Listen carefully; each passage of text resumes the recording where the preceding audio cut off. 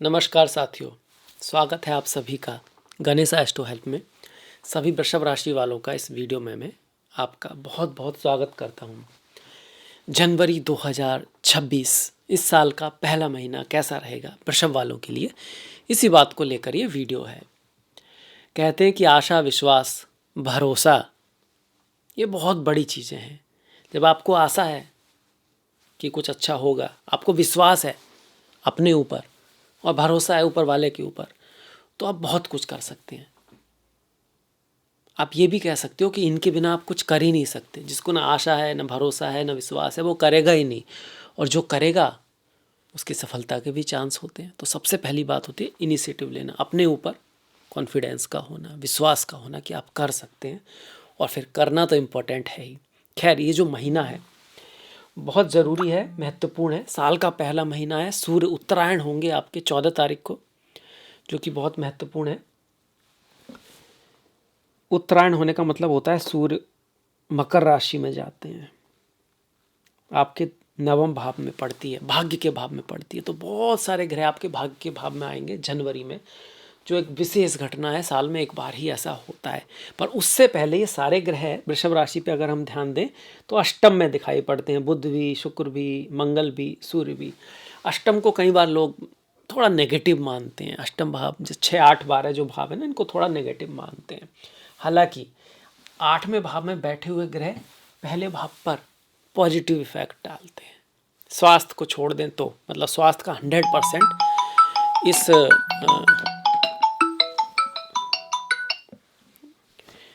इस समय में हमको ध्यान रखना चाहिए स्वास्थ्य का, क्योंकि स्वास्थ्य बहुत ज़रूरी है। सबसे पहले तो हमारा स्वास्थ्य ही है लाइफ में, कि भाई स्वास्थ्य हमारा अच्छा रहे।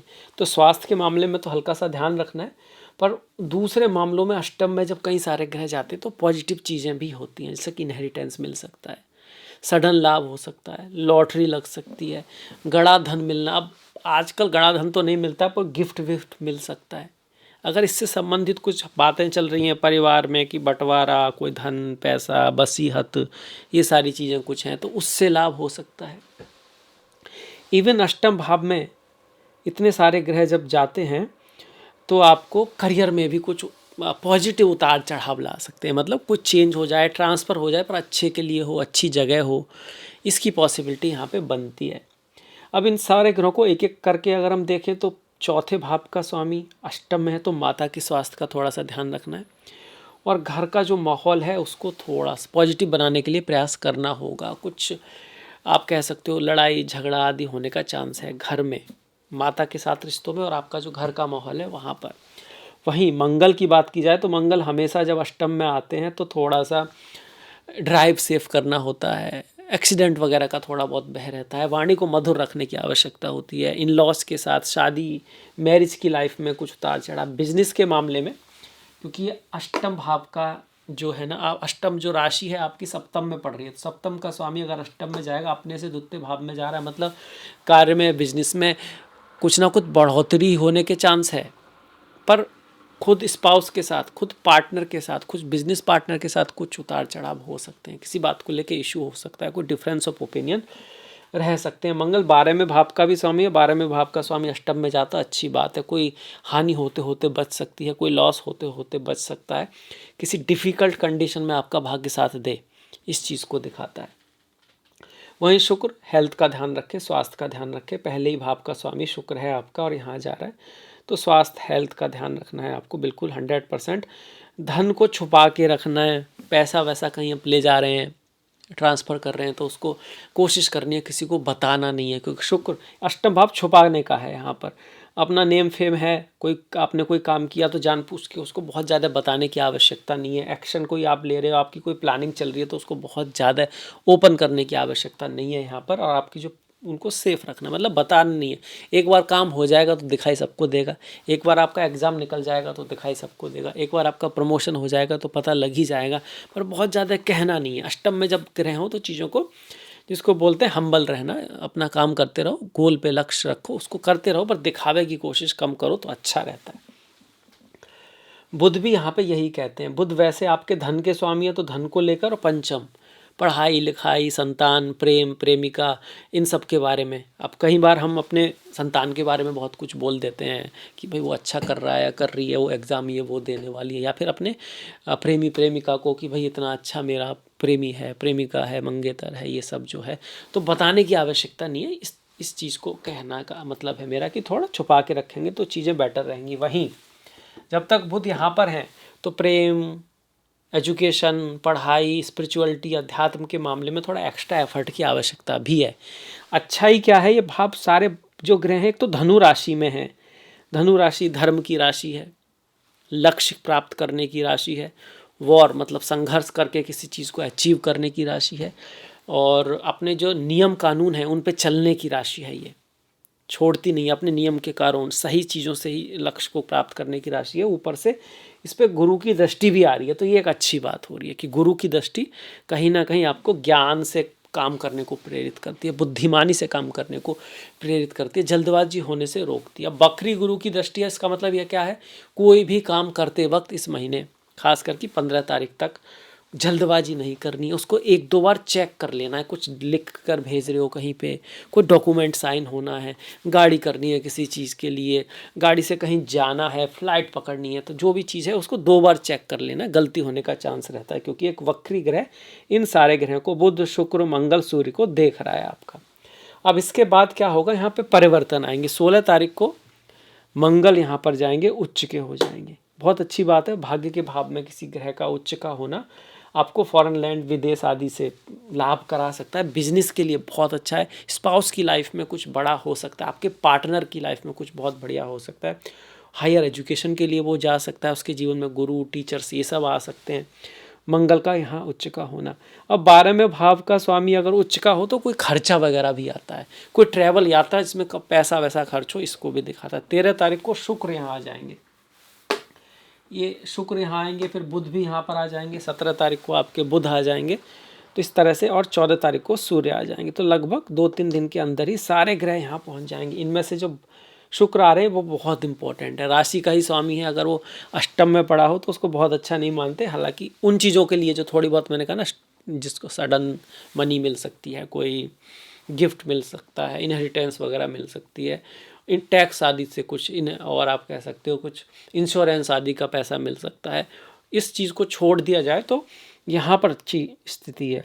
शुक्र का 9वें भाव में होना कहीं ज़्यादा अच्छा है, जो आपका 13 तारीख को होगा। 14 तारीख को सूर्य आ गए। सूर्य कौन है, चौथे भाव के स्वामी है। तो चौथे भाव का स्वामी जब तक अष्टम में था तो माता के साथ, बंधुओं के साथ, फैमिली में, फैमिली से दूरी, फैमिली में कोई इशू वगैरह होने का चांस ज़्यादा था। जब फोर्थ लॉर्ड आपका 9th में आ रहा है तो घर से संबंधित कोई इशू जो है उसमें पॉजिटिविटी आ सकती है, भाग्य साथ दे सकता है। घर जमीन से संबंधित कोई इशू है उसमें भी आपको सफलता मिलेगी। आपका काम इन चीज़ों से जुड़ा है, घर, जमीन, रियल एस्टेट आदि, उसके केस में भी यहाँ पर पॉजिटिविटी आती है, क्योंकि चौथे भाव का स्वामी भाग्य के स्थान में गया है। 1 2 3 4 5 6 अपने से छठे गया है। थोड़े एफर्ट के बाद, हार्डवर्क के बाद, मेहनत के बाद ही सही, भाग्य की उन्नति का योग यहाँ पे बनता है महीने के दूसरे हाफ में। सूर्य इस चीज़ को दिखा रहे हैं। मंगल फॉरेन से, विदेशों से लाभ करा सकते हैं, बिजनेस में लाभ करा सकते हैं।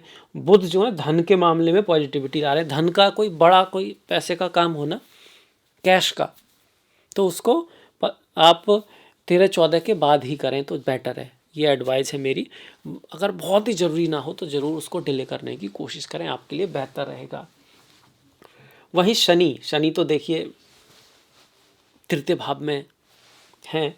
एक तरह से तृतीय भाव मतलब आपके राशि से 11वें भाव में है। शनि से लग्न तृतीय भाव में, 1 2 3 राशि तृतीय भाव में, तो शनि की दृष्टि आपके ऊपर है। अब जो शनि है वो जब 11वें भाव में होते हैं तो अच्छा रिजल्ट देते हैं, लाभ के लिए प्रेरित करते हैं। आपको पता होता है आपको क्या करना है, मेहनत भी आपसे बहुत करा सकते हैं, आपकी प्रतिष्ठा को भी बढ़ाते हैं। पर कुछ चीज़ें हैं, एक तो स्वास्थ्य का ध्यान रखना है क्योंकि शनि की दृष्टि पड़ेगी, और थोड़ा आलस से चीज़ों को टालना, ये सारी चीज़ें छोड़नी पड़ेंगी आपको। एक तभी शनि रिजल्ट देंगे, क्योंकि यहाँ से खुद शनि की दृष्टि यहाँ पर आ रही है, तो कभी कभी चीज़ों को टालने की आदत हो सकती है, और उसकी वजह से फिर आज करे सो कल कर, कल करे सो परसों, बहुरे कभू कर ली जो उम्र पड़ी है बरसों। देखिए, आप पिछले 10 साल के बारे में सोचोगे तो आपको ऐसा लगेगा यार आजकल की तो बात थी, तो अगले 10 साल और भी तेज़ी से निकलने वाले हैं। ऐसा ही होता है, जीवन ऐसा ही है। तो चीज़ों को जानबूझ के डिले ना करें, अदरवाइज शनि का गोचर आपके लिए बहुत बढ़िया है। गुरु थोड़े बकरी चल रहे हैं, जो जाके 11 मार्च में मार्गी होंगे। धन के भाव में हैं, तो धन को लेकर, वाणी को लेकर, परिवार को लेकर कुछ चीज़ें हैं जिनको ठीक करना है आपको। अपनी वाणी पे कोई काम करना है, परिवार में कुछ इशू है तो उसको हैंडल करना है, और धन के अर्निंग से लेके कोई चीज़ें हैं जहाँ सुधार किया जा सकता है। नई चीज़ें नहीं, जो आपको पहले ही पता है कि ये चीज़ है, इसको ठीक कर लिया जाए तो ठीक रहेगा। आपका फैमिली बिजनेस है, उसमें कुछ ऐसा है, कोई चीज़ है, कोई कमी है जो आपको दिखती है पर आप उसको डिले करते जा रहे हैं, तो उसको ठीक कर लें, उस पर ज़रूर काम करें। इस बात को गुरु कह रहे हैं। वैसे द्वितीय भाव में गुरु आपको धन के मामले में अच्छे होते हैं। शनि का गोचर भी आपके लिए अच्छा है, राहु का गोचर भी पॉजिटिव है। राहु जिसके 10 में, दुनिया उसके बस में। ये सारे ग्रह 15 तारीख के बाद पॉजिटिव हो रहे हैं। शुक्र, सूर्य, बुध, मंगल, ये थोड़े से 15 तारीख से पहले हमको ख्याल रखना है। राहु दशम में आपको प्रेरित तो करते हैं, सपने तो दिखाते हैं, महत्वाकांक्षा भी बढ़ाते हैं, पर आसान नहीं बनाते चीज़ों को। मेहनत बहुत करनी पड़ती है, तब जाके चीज़ें होती है। थोड़ा एक्सपेरिमेंट करना होता है, थोड़ी नई चीज़ों को, टेक्नोलॉजी को, नई चीज़ें जो अभी अभी आई हैं उनको सीखना के लिए बहुत बढ़िया रहता है। राहु यहाँ पर जाते हैं तो कभी कभी विदेश यात्रा या तीर्थ यात्रा आदि कराने के आपने की हो सकती है, क्योंकि राहु अब से ऑलरेडी हैं करीब 1 साल से, तो इस चीज़ को भी दिखाते हैं। वहीं केतु कहते हैं देखो, बंधुओं से बना के रखो, माता से बना के रखो। माता के स्वास्थ्य में कुछ उतार चढ़ाव रह सकता है, कुछ कड़वे अनुभव व्यक्ति को हो सकते हैं, जिससे वो थोड़ा वैराग्य और ये सब कि भाई रिश्ते नाते जो होते हैं, किसी की हेल्प करने के बाद भी कभी कभी वो आपकी हेल्प नहीं कर पा रहा है या नहीं कर रहा है, ऐसी चीज़ें देखने को मिलती हैं। पर आप किसी की हेल्प करोगे तो ज़रूरी नहीं है, एक्चुअली 100% तो यही होता है कि वो आपकी हेल्प शायद ना करे, पर कहीं और से आपकी कोई हेल्प कर देगा, सेम व्यक्ति नहीं करेगा, ऐसा नहीं होता। तो इस बात को छोड़ दें, अपनी हेल्प करें, अपना कर्म करें और भूल जाएं। वो आपका अकाउंट में प्लस ज़रूर बनेगा, पर यह ज़रूरी नहीं कि वही व्यक्ति आपकी हेल्प करे, ऐसा नहीं होता है। तो केतु का ऐसा है। केतु का गोचर हम बहुत बढ़िया नहीं कह सकते। ईगो को लेकर अपने से जो बड़े हैं, गुरु हैं, टीचर्स हैं, उनके साथ थोड़ा बना के रखने की आवश्यकता है। अब बढ़ जाते हैं त्योहारों की बात। सबसे पहले तो ये साल आपके लिए बहुत बहुत बहुत शुभकामनाएं, आपकी सारी इच्छाएं पूरी हों, आपके सपने पूरे हों। 13 तारीख को लोहड़ी है, 14 को मकर संक्रांति है, सूर्य मकर राशि में जाएंगे, जो कि बहुत पॉजिटिव समय है, जिसके लिए भीष्म पितामह ने काफ़ी समय तक इंतज़ार किया था कि भैया जब सूर्य वहाँ पर प्रवेश करेंगे उसके बाद ही हम प्राणों को त्यागेंगे, ताकि आप स्वर्ग कह सकते हो, मोक्ष कह सकते हो, या आप अगली जो यात्रा है वो थोड़ी सी पॉजिटिव रहे, तो एक अच्छी बात है। अब 14 जनवरी के बाद से घर बनाना, शादी करना, कोई आप काम करना चाहते हो तो उसके बाद करोगे तो ज़्यादा पॉजिटिव है। तब तक दान पुण्य करना, हेल्प करना बहुत अच्छा है। उसके बाद 23 तारीख की बसंत पंचमी है, साथ में सुभाष चंद्र बोस ने भी 23 तारीख की है, सुभाष चंद्र बोस की जयंती। तुम मुझे खून दो, मैं तुम्हें आज़ादी दूंगा। तो देना तो पड़ता है, कितना भी महान व्यक्ति हो उसे भी आपसे कुछ चाहिए होता है, तभी वो कुछ दे सकता है, आपका सपोर्ट चाहिए होता है। देश को ऊपर उठाने में जितना राजा का काम है उतना ही प्रजा का भी है ना। प्रजा का सपोर्ट आवश्यक है। ऐसे लाइफ में भी हमारा परिवार को, समाज को सपोर्ट आवश्यक है। हम सभी अगर हेल्पफुल हैं अपने देश के लिए, परिवार के लिए, तो उस देश को ऊपर जाने से कौन रोक सकता है। तो सबकी तो गारंटी आप नहीं ले सकते, पर अपनी ले सकते हैं, कम से कम अपने परिवारों में, रिश्तों में, कि आप देने वाले बने, आप करने वाले बने। लोग आपका अपने आप कभी ना कभी करेंगे, ऐसा नहीं है। करने का मतलब होता है कि मजबूत होना, दूसरे को मजबूत करना, खुद भी मजबूत होना, क्योंकि जो खुद ही मजबूत नहीं है वो किसी का कैसे कर सकता है। अब आगे बढ़ जाते हैं। 26 तारीख का रिपब्लिक डे है, उसकी भी आपको बहुत बहुत शुभकामनाएं। 3 तारीख की पौष पूर्णिमा है, और 16 तारीख की सटिला एकादशी, 29 तारीख की जया एकादशी। एकादशी हर जगह मनाई जाती है, हिंदू धर्म में तो है ही है, दूसरी जगह भी है, क्योंकि तिथि का खुद में महत्व है। इसके बाद 1 और 16 का प्रदोष व्रत है, 16 तारीख की शिवरात्रि है। चिदानंद रूपा शिवोहम शिवोहम, बहुत महत्वपूर्ण है। कृष्ण पक्ष की चतुर्दशी का महत्व हर जगह है, खासकर इसका आत्मा से, स्पिरिचुअलिटी, अध्यात्म से बहुत महत्वपूर्ण होता है। चतुर्दशी प्रदोष व्रत, भगवान शिव, योगा, मेडिटेशन, ध्यान, इसके लिए ये रात्रि जो होती है बहुत महत्वपूर्ण होती है। तो 6 तारीख को फिर संकष्टी है, 18 को माघा अमावस्या है और 14 तारीख को मकर संक्रांति है, जिसकी हमने बात की कि सूर्य जो है मकर राशि में आएंगे। तो ये था मेरी तरफ से वृषभ राशि के लिए जनवरी का राशिफल। कैसा लगा आपको ज़रूर बताइएगा, अपना कोई कमेंट है ज़रूर कीजिएगा। अब तक अगर सब्सक्राइब नहीं किया है तो कर सकते हैं। इतना सारा समय दिया इसके लिए आपका दिल से बहुत बहुत धन्यवाद। नमस्कार।